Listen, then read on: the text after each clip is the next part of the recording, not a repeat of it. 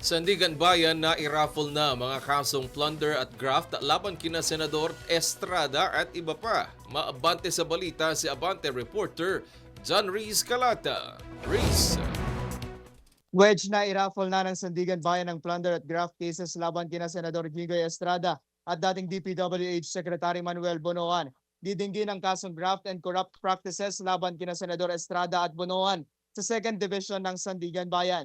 Sa 5th Division naman didinggin ang isa pang graft and corrupt practices case laban sa senador kung saan makakasama nito sina Bonoan at local DPWH officials na sina Denril Cesar Cuntuna, Manny Bulusan at Arturo Gonzalez Jr. Sa 5th Division din didinggin ang kasong plunder laban kina Estrada at Bonoan.